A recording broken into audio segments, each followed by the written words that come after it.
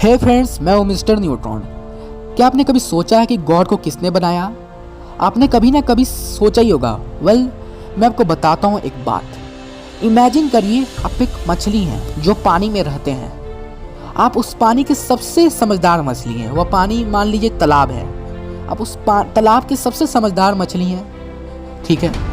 आपने सूरज का जो लाइट होता है ना, आते हुए देखा पानी तक।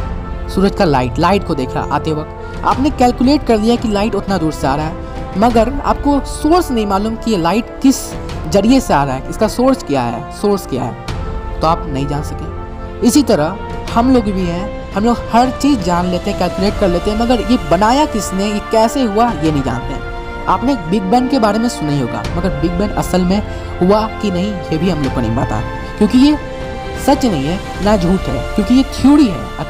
ये थ्योरी प्रूव नहीं है, ये प्रूव हो भी नहीं सकता। मुझे लगता है हम लोग जब तक जिंदा रहेंगे, इंसानियत रहेगी, तब तक भी हम लोग ये पता नहीं कर पाएंगे। मेरे हिसाब से मुझे तो लगता है गॉड के एग्जिस्टेंस को समझना इम्पॉसिबल टाइप का है। तो मैं आपको एक कहानी सुनाता हूँ। कहानी नहीं सुनाता, मैं आपको बात बताता हूँ। जैसे आप ABCD का बुक लेकर जाइएगा, अपने भाई को बोलिएगा ABCD पढ़ो, वह पढ़ेगा, समझा देंगे, उसको पढ़ लेगा वह।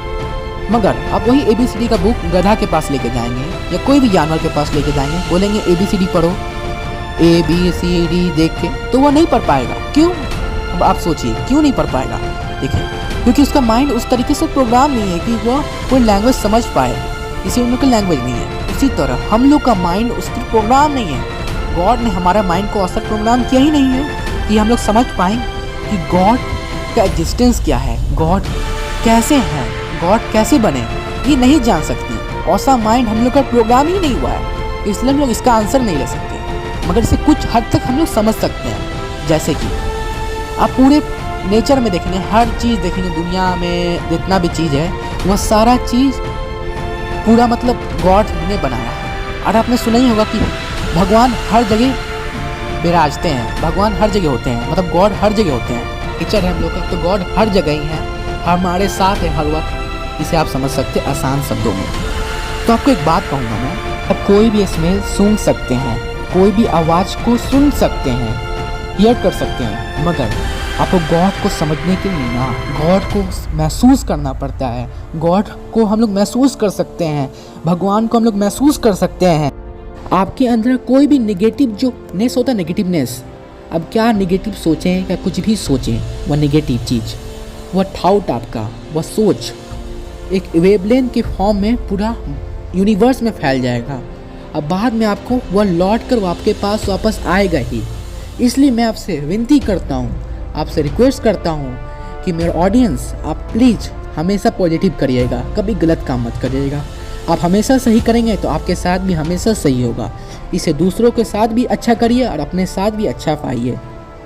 मैं आपको बात ये कहानी के जरिए समझाता हूँ। जैसे मान लीजिए एक आदमी था, इमेजिन करिए एक आदमी था, एक पेड़ को देखा, उसमें आम था, उस पेड़ आम का पेड़ था, ठीक है ना।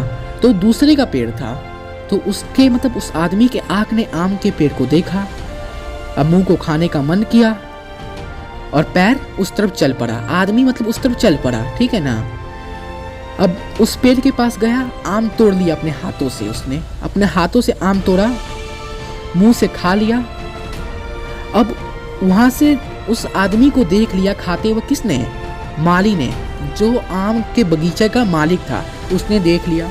अब उसे दौड़ा दिया, उसको दौड़ा दिया पूरा। वो अपने पैर से दौड़ते दौड़ते भागने लगा। वह आदमी, माली ने दौड़ाया, उसके पीठ पे लाठी से एकदम कस के मारा।